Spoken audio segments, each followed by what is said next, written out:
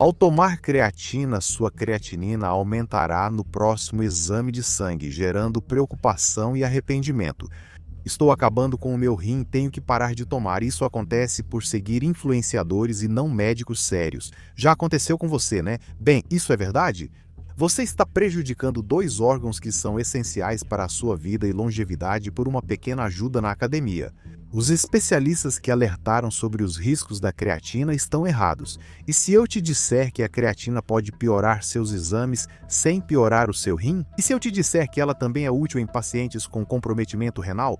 Sou o Dr. Borja Bandera, endocrinologista e nutrólogo, e hoje trago o veredito para você. Vou apresentar a conclusão do meta-análise mais recente sobre creatina e função renal.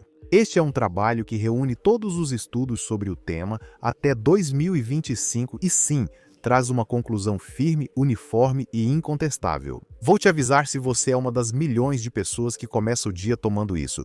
Creatina monoidratada. Este vídeo pode te poupar de medo, erros e decisões mal tomadas. Vamos começar pelo básico. Por que a creatina foi demonizada em relação ao rim? Bem, por uma razão muito simples. Ela aumenta a creatinina. A creatina é metabolizada no seu músculo em creatinina e a creatinina sai do músculo e vai para o seu sangue. Nós temos a Maia Boa Sorte. A creatinina é um método muito barato e disponível para avaliar a função renal, pois 99% dela é filtrada pelos rins em um ritmo estável.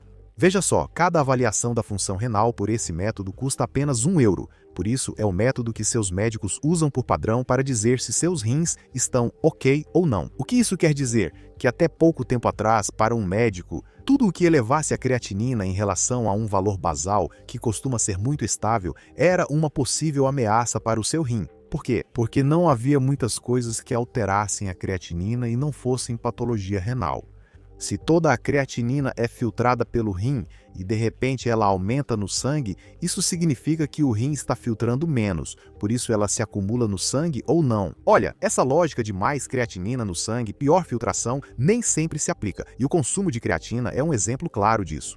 Por que motivo a creatinina pode aumentar no sangue sem que a capacidade de filtração esteja afetada? É simples, pense nisso. O ponto é que a creatinina é um marcador indireto da função renal.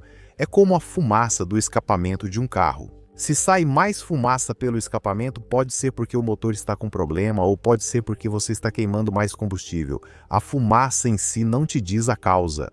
Com a suplementação de creatina acontece isso, você coloca mais combustível no sistema e pode sair mais fumaça. Ou seja, o aumento da creatinina após a suplementação com creatina só indica que está sendo produzida mais creatinina no seu músculo que depois vai para o seu sangue. E aí você vê isso. Como o rim sempre filtra na mesma velocidade, tendemos a ter uma leve elevação dela, temos mais creatinina, filtramos a mesma quantidade, ela se eleva facilmente, certo? Você está colocando mais creatinina no sistema e sai a mesma quantidade por unidade de tempo. Simples, certo? Lembra, para que serve a creatina, a molécula original? Bem, para uma coisa muito simples, e em todas as células é para a mesma coisa. A creatina é uma molécula que seu corpo usa para gerar energia ultra rápida. É como se fosse uma bateria celular que faz com que o ATP seja ressintetizado em alta velocidade. Isso traz benefícios esportivos claros em ações explosivas e também tem contribuições em contextos clínicos como doenças neurodegenerativas, sarcopenia e diminuição da capacidade funcional. Embora todas essas aplicações sejam exploratórias, ainda assim parte dessa creatina com o tempo se transforma em creatinina, certo? Assim como o etanol se transforma em acetaldeído, a glicose em piruvato, o triptofano em serotonina, a testosterona em dihidrotestosterona. É bioquímica pura, simples. Pois bem, agora vem a explicação de por que isso não é prejudicial. O aumento da creatinina nesse contexto não implica que haja dano renal. Em outros casos, sim. Atenção, repito, a creatinina por si só é um marcador, não causa nenhum dano ao rim, é uma proteína. Então temos para que o nefrologista ou o médico de família, ou o médico que está te atendendo, o especialista que está te atendendo, fique tranquilo. Com relação a se houve um dano renal ou não, por um lado temos outra proteína que mede a função renal, chamada cistatina C, que é bem mais cara do que a creatinina. E outra coisa que podemos fazer é comparar a creatinina no sangue com a creatinina na urina de 24 horas após a ingestão de creatina. Isso é mais trabalhoso porque exige coletar a urina de 24 horas e ficar com o potinho recolhendo a urina durante o dia inteiro. Qual questão essa nova meta-análise responde, como falei antes? Esse estudo perguntou: ao suplementar pacientes com creatina, há piora na taxa de filtração renal ou só aumento da creatinina? E a resposta foi buscada de forma bem feita, procurando estudos científicos no PubMed, Scopus, Web of Science ou Google Scholar. Apenas estudos em humanos, nem mesmo estudos pré-clínicos em animais. Além disso, foram selecionados estudos publicados ao longo de 25 anos de janeiro de 2000 a março de 2021, tempo suficiente, e analisou 2 desfechos primários, creatinina sérica e taxa de filtração glomerular. Isso é importante porque muitas discussões nas redes sociais se baseiam em relatos pessoais. Em casos clínicos isolados, há confusão com drogas que aumentam o desempenho, principalmente esteroides anabolizantes, ou com suplementos contaminados que também existem. Meu médico pediu que eu parasse de tomar creatina. Aqui está uma síntese global das evidências disponíveis em humanos. Na ciência não há mais do que isso. Se não acreditar nesse resultado, nada mais pode ser feito. E o que aconteceu nessa meta-análise? Que conclusões eles tiraram? Pois bem, 2 fundamentalmente. A primeira, a creatinina aumenta um pouco. A creatina foi associada a um aumento pequeno, mas estatisticamente significativo, da creatinina, que normalmente é menor que 0,1 mg por decilitro. Ou seja, se você tem uma creatinina basal de 1,1 pode passar para 1,2, sem que isso seja clinicamente significativo, ou seja, sem que cause qualquer prejuízo para você. O mais interessante é que, analisando pela duração da suplementação, perceberam que o aumento ocorre principalmente na primeira semana e depois se estabiliza, desde que a suplementação continue estável. Ou seja, você terá novos níveis basais de creatinina sérica e é bom que seu médico anote isso.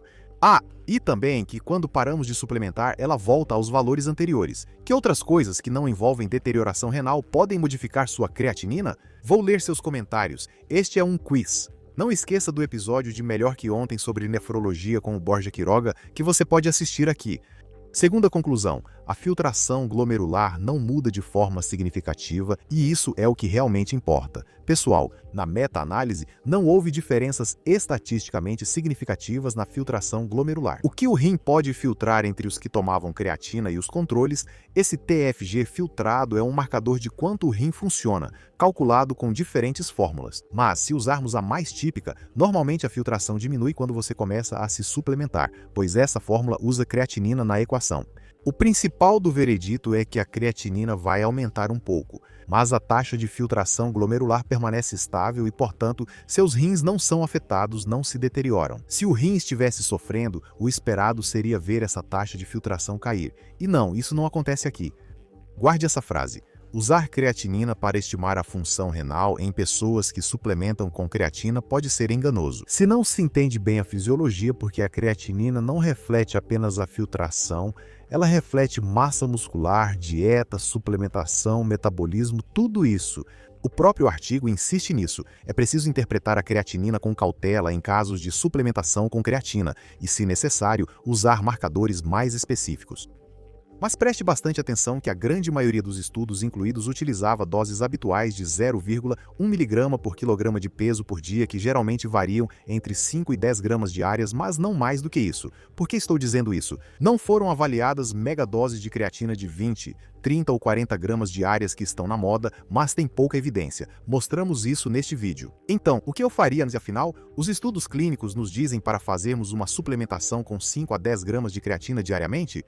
Creatina monoidratada com uma boa hidratação concomitante e com treinamento de força associado. Isso deve te deixar mais do que tranquilo em relação à saúde dos seus rins. E se o seu médico de família ou nefrologista tiver alguma objeção? É interessante que ele leia a meta-análise que discutimos neste vídeo. Nem precisa ser este vídeo, que leia a meta-análise, que é a fonte mais confiável. Sabe o que pode realmente prejudicar seu rim? Sem dúvida, muitas coisas. Primeiro, a obesidade. O excesso de adiposidade prejudica direta e indiretamente o rim, o tabaco também, já que o rim é um novelo vascular filtrante. A hipertensão arterial, que força a filtração nesse órgão e faz com que escapem proteínas que prejudicam ainda mais o rim. O sedentarismo, a desidratação, pois o rim é um órgão que depende do fluxo sanguíneo fornecido. Os fármacos anabólicos esteroides em doses suprafisiológicas, pois deterioram enormemente o sistema cardiovascular. Atenção, a vitamina D em doses muito elevadas pode causar hipercalcemia. o fósforo inorgânico e o excesso de sódio presentes em sua dieta ultraprocessada e nos refrigerantes consumidos diariamente. E também tomar um ibuprofeno ou um Enantium sempre que quiser e sob demanda. Tudo isso, claro, prejudica seus rins, a creatinina, não é? Agora, o que eu faria? Se você fosse um paciente em consulta, bem, se você toma creatina e faz um exame de sangue, primeiro não entre em pânico. Se a creatinina subir levemente, isso é normal. Veja os níveis basais de exames anteriores e a magnitude do aumento, que geralmente é pequena. Segundo, avalie a presença de outros possíveis inimigos dos rins concomitantes, como os da lista anterior.